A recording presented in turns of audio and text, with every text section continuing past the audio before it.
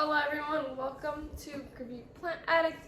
You can definitely see we're getting the kitchen remodeled again. They really messed up the first time. So yeah, now we're getting new granite again on that side. Anyways, back to Creepy Plant Addict. I'm going to be showing you a plant today that I find really easy to propagate and really easy to just take care of and grow. I've only ever killed one of them because I forgot to water it. It was literally my fault. I literally just completely forgot and ignored it and neglected it. Oh, as you can see on my outside, I have these big thingies that are giving my plant shades because I do live in California and it is getting very hot. Today's high will be 95 degrees and a couple days ago it was like 110. And most of my houseplants are outside because I typically like to reproduce them, to grow them, and then sell them.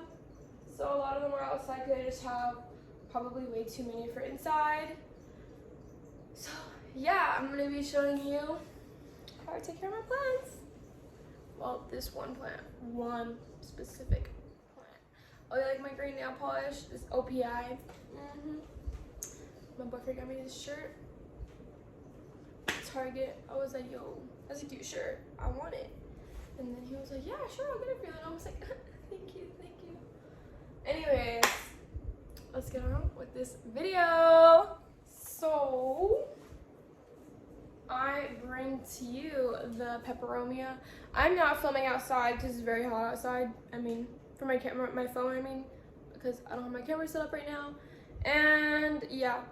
So basically I haven't watered this one for over a week, and you could tell by when you see the leaves, they're not supposed to be that bendable, but it's okay because I watered it today and it'll collect all the water and it'll be perfectly fine. But they're very easy to propagate in my opinion.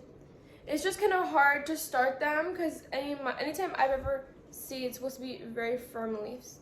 Anytime I've ever put these in soil, straight in soil, trying to propagate it, it's literally rotted.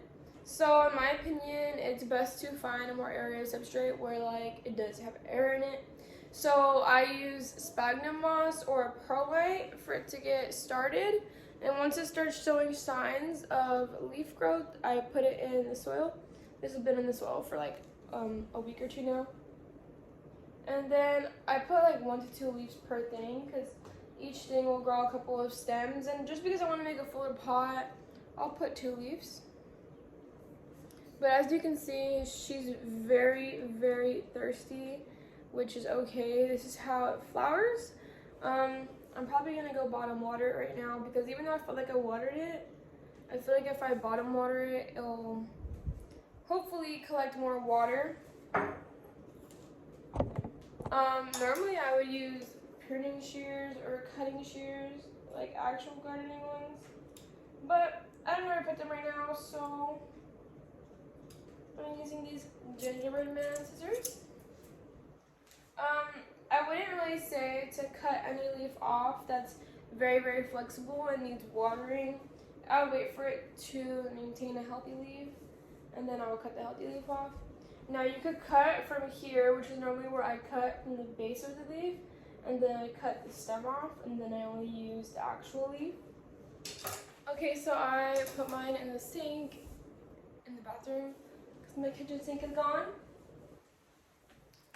And yeah, so I recommend to water almost every time it's like 90% dry. If you have a water meter for your plants, probably like 3 to 2 on the dryness spectrum, because the more the water is in the plant, the higher the number will be. Like 10 is the highest, 1 is the lowest, as in it's dirt dry. The way I fertilize my plants, all my plants, typically is I basically fertilize them like once a month to twice a month. Anytime I see a lot of sign of new growth, I will then fertilize them. So yeah, you could over fertilize any of your plants. The way I help with that is I dilute all my fertilizer by at least 50%. So if it tells me to do a tablespoon for 1 gallon, I do a tablespoon for 2 gallons. You could fertilize almost every watering as long as the fertilizer is very, very, very diluted. I have a lot of these ones and they grow very, very nice, and they don't grow too slow or too fast. They're just perfect. The lighting requirements I would give these is a little more on the bright and direct. I would never give it bright, because once you give it bright, the leaves will and they can get bleached. And in my experience, anytime I've put it in direct light or too direct, or even like grow light on the top shelf of the grow light, it has gotten singed. Not really singed, but like a bleached out look. So if you don't want that look and you want your plant to be super healthy, I recommend giving it bright and direct light. The newer ones, like the little babies, I probably water them. They stay outside and it's very windy outside all the time, because I live in California. We do get the Santa Ana winds. So I water them like twice a week, probably a little more sometimes. But how you water your plants, what time you water your plants, will obviously depend on where you live and your location. Now, where I live, it's like 100 degrees in the summer, 110, sometimes even a little hotter. So I do like to give my plants cool water. Even if they already got watered, I still do like to give them water, because I feel like, you know, on a hot day, anyone would like to drink a cool sip of water. And I personally would rather have my plant being a little bit damp versus dry, and the sun is gonna make it crisp up. So that's just my opinion, and it works for me. I just normally take my hose and mist all my plants down. I hose my plants down with the shower one option, and make sure all my plants are clean.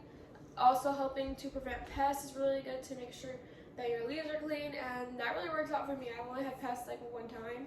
Besides fungus gnats are normal to get, but yeah, it really works for me and I really would recommend it. I've never had any problems with these plants rotting at all. My biggest problem has literally been drying out and then them being weak, like the one I showed you. And from my experience, it's really easy to overcome that, and it's really easy to bounce your plant back, so I really wouldn't worry about it. But yeah, make sure it's not sitting in a saucer drenched with water every single time. I wouldn't say these are super finicky like my Calathea. I had a Calathea medallion, and every time I get a new one, they last me about like 6 months, and then I just forget to water it, and then it cripples and crinkles and everything. So these I find is very beginner friendly plants, in my opinion. This one specifically, because I don't have too many peperomias, but these ones I find to work very well with beginners, in my opinion, because I just find it is very easy. Would I say I'm a beginner plant person? I'm mediocre, I would say. I have a lot of plants. I have some more that ones you can't buy in the store, I guess you could consider like rare, but not really rare, because you can buy them online. But I do have some that are more hard to take care of, and I really have a really good time taking care of them. As long as you do your research and you're making sure you're on top of things, I think anyone could be a great plant parent. But with that being said, thank you for watching my channel. If you have another video that you would like to see, or you recommend, or something that you want to see, please give me a like, share, comment, and subscribe. Thank you for watching. I really appreciate you guys watching Groovy Plant Addict, and I'll put my Etsy and my Instagram down below. Thank you. Bye.